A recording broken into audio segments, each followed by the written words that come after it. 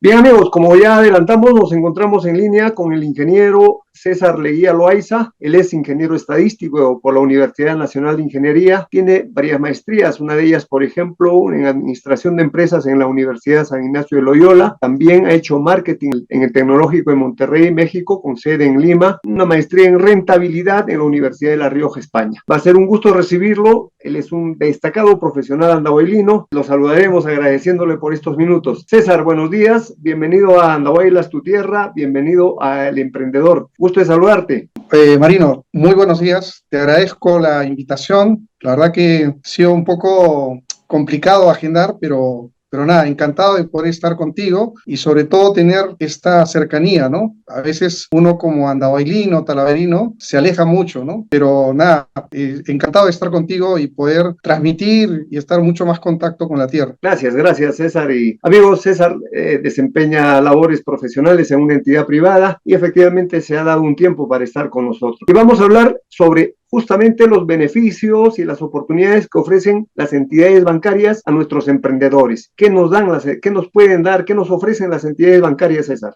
Mira, Marino, a mí me gustaría empezar con alguna información que me parece relevante y que a veces nos pueden clarificar de lo que significa un emprendedor. De hecho, yo quisiera empezar con la definición de un MIPYME, que es una definición que hoy por hoy ya todo el mundo lo entiende, pero que tiene que ver con alguna información relevante de cara a lo que queremos conversar, ¿no? Cuando hablo de MIPYME, estoy hablando que son micro, mediana y pequeña empresa, ¿ok? Un dato relevante, de pronto ya algunos lo saben, pero ¿sabes que estas MIPYME representan el 28% del PBI? No es una cosa menor, o sea, hoy por hoy estas micro, medianas y pequeñas empresas representan el 28%. Otro dato relevante es que en términos de empleabilidad, más o menos dan empleo a 5 millones de peruanos. Esa es la relevancia importante de este segmento. Además, un tema muy relevante, que de pronto también es una alerta. El 80%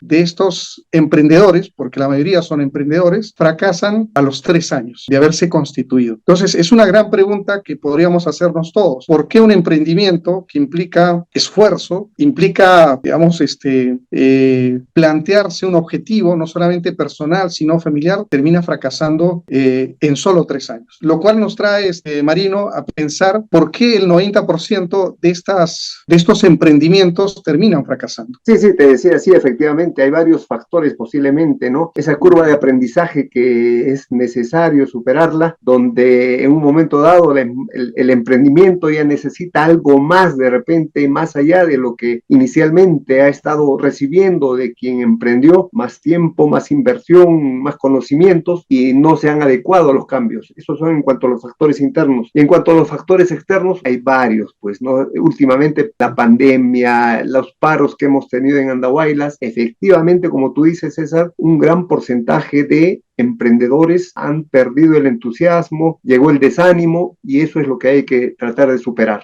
Marino, un tema relevante a lo que comentas, ¿no? Y hay un 10% de estos emprendimientos que mejoran su condición. Y cuando digo mejoran su condición, pasan de micro a pequeña y a mediana, solo un 10%. De ese 20% que todavía continúa a partir de los 3 años. Entonces, y en verdad tiene que ver con lo que comentas, ¿no? Y a veces uno tiene que pensar que un emprendimiento tiene que haber un orden. Y muy fácil es confundir, digamos, hasta los gastos que hace de manera personal frente a lo que hace a nivel de la empresa. Todos estamos buscando siempre una rentabilidad, una mejora y sin embargo, en cosas menores, el poder utilizar, digamos, los beneficios de la empresa en temas personales, el poco orden que se tenga, hace que finalmente estos emprendimientos fracasen. Cuando vemos ya alguna información adicional, resulta que la microempresa, el 90% son informales. De la pequeña empresa, el 50% y de la mediana empresa, aproximadamente un 20%. Eso que implica el tema de la formalidad. Y la formalidad implica que obviamente estés registrado adecuadamente, que además, un tema no menor, que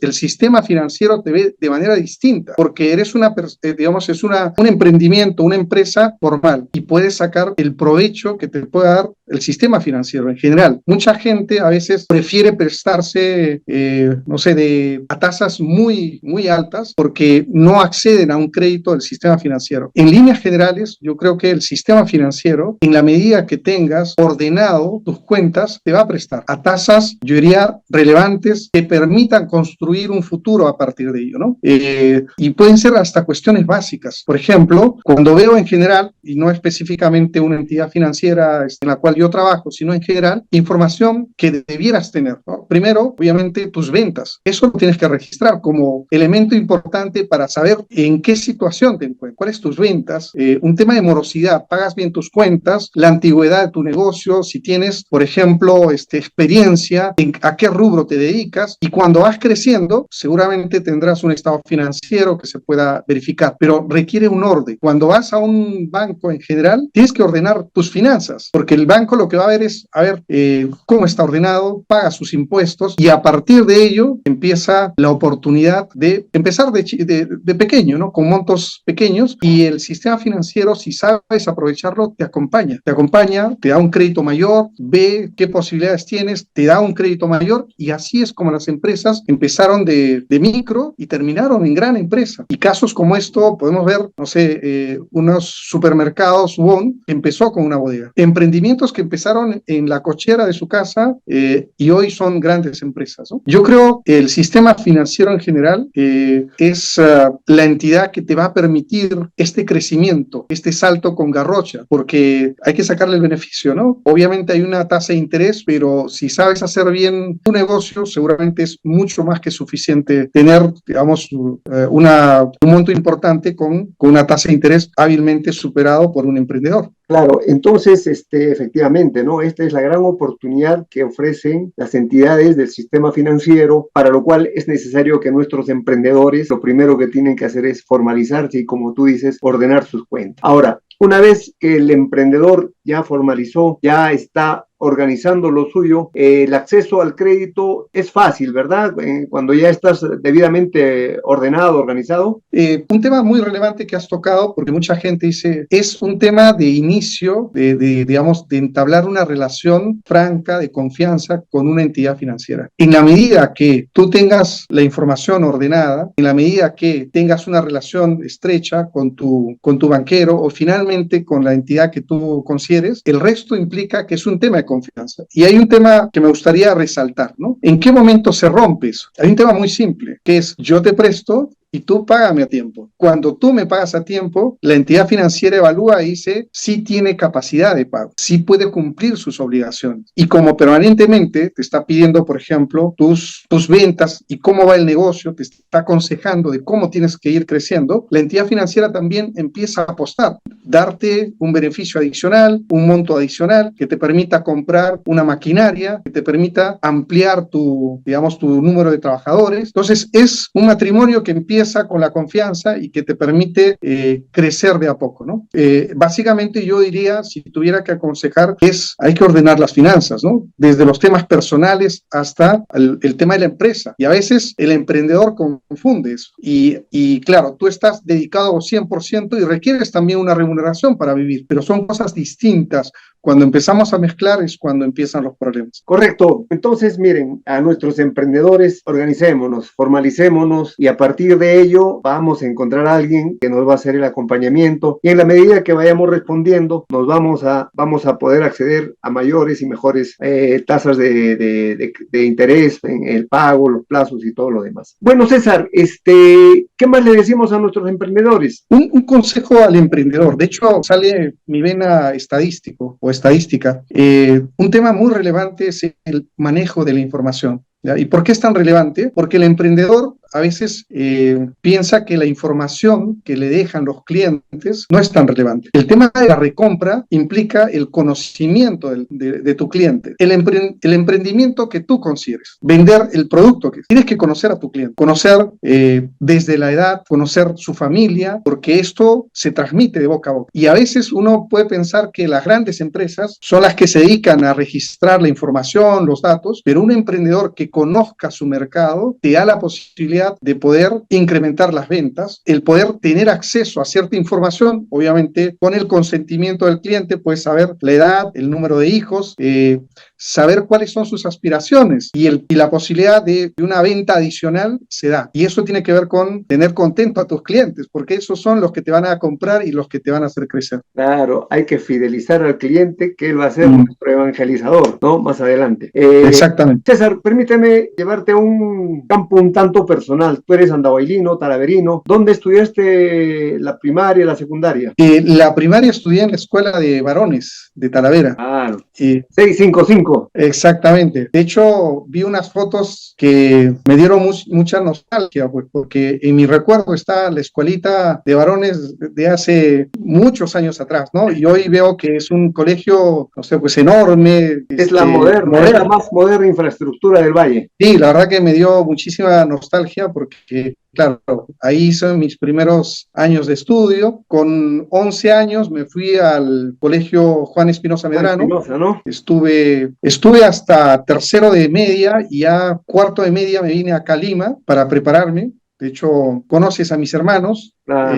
Todos nos hemos dedicado un poco al tema del estudio y tuve la oportunidad de ingresar a la Universidad de Ingeniería en un momento en el cual estudiar ciencias, pues yo estudié ciencias, era hasta una mala palabra, ¿no? Porque me decían, ¿a qué te vas a dedicar? Entonces yo puedo decir con mucha nostalgia que en ese momento tomé la decisión de hacer una carrera de ciencias estadísticas, matemáticas, ¿no? En ese momento, más loco todavía. Estando en la Universidad de Ingeniería, pude lograr una beca a una universidad española, la Universidad de Valladolid, y tuve la suerte de hacer algunos cursos allá en España, siendo todavía estudiante. Y yo creo que eso fue el punto de inflexión de solamente pensar en las matemáticas que me habían enseñado a una ciencia, matemáticas, estadística aplicado a la empresa. Entonces, para mí ese fue el punto de partida. Tuve, regresando de España, ingresé a Telefónica, ¿no?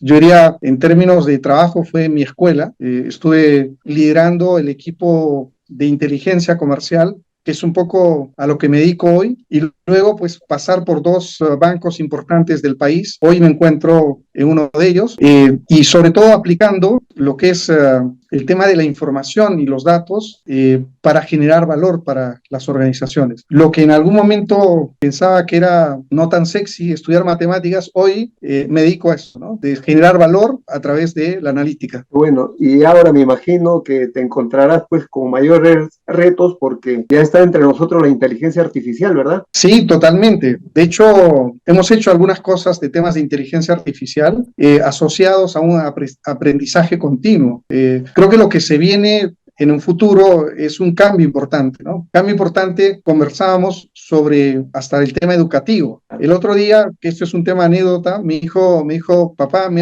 han dicho que haga un poema. En el colegio me han dicho que era un poema, ok, perfecto, le tomará toda la semana, lo hizo en 5 minutos. Claro, el chat GPT ahí está y listo. Y lo ingresó. Entonces yo le digo, hijo, pero este no es un trabajo tuyo, tú lo has pedido a través de esta inteligencia artificial y te da resoluciones. Sin embargo, hay situaciones en las cuales, ya yéndome a ese rumbo de la inteligencia artificial, es saber aprovechar, ¿no? Claro. Saber aprovechar la nueva tecnología y donde todavía el criterio no lo tiene, lo tenemos los humanos, ¿no? Así que va a ser importante. César, mientras estamos conversando, seguramente nos están viendo muchos jóvenes acá que están cuarto y quinto de secundaria y hablan de ingeniería ingeniería estadística para algunos es nuevo. ¿Qué mensaje le darías a ellos? A ver, en principio, comento, cuando yo estudié estadística, pocos eran los que se atrevían a estudiar matemática, estadística, ¿no? Hoy tiene un nombre más rimbombante, ¿no? Es ingeniería del conocimiento.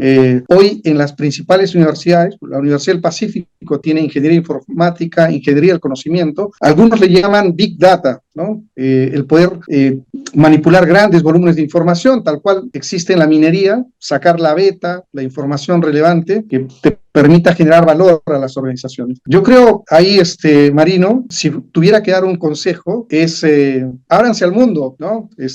Vean todas las posibilidades que te da, pero hay un tema que no se escapa, ¿ya? Que es la parte lógica matemática. Quieren dedicarse a ingeniería, tiene que gustarle las matemáticas. Eso no puede hacer hoy todavía la inteligencia artificial, porque para poder hacer algoritmos de inteligencia artificial, tienes que tener muy claro la parte lógica matemática. Mi consejo, si quieren dedicarse a eso, las matemáticas son fundamentales. Excelente. César, muchas gracias por estos minutos y la verdad ha sido un gusto estar contigo por esta ilustración que nos has dado. Será pues hasta otro momento en que te molestemos nuevamente. Marino, muchísimas gracias a ti por esta invitación. Primero te felicito, me encanta lo que estás haciendo, sobre todo que no solamente podamos conversar, sino que además unes a mucha gente que estamos lejos y que ojalá pudiéramos tener la oportunidad de poder contribuir, ayudar. Yo hace tiempo que no voy a mi tierra, así que me ha generado la nostalgia de ir a visitarte pronto. Y también saludo a mi familia en general, ¿no? Un abrazo a todos y a mi promoción 85 del Juan Espinosa Medrano. Un abrazo, Marino, y encantado de poder estar en alguna nueva oportunidad. Sí, gracias César y te esperamos. Un abrazo. Que te vaya bien.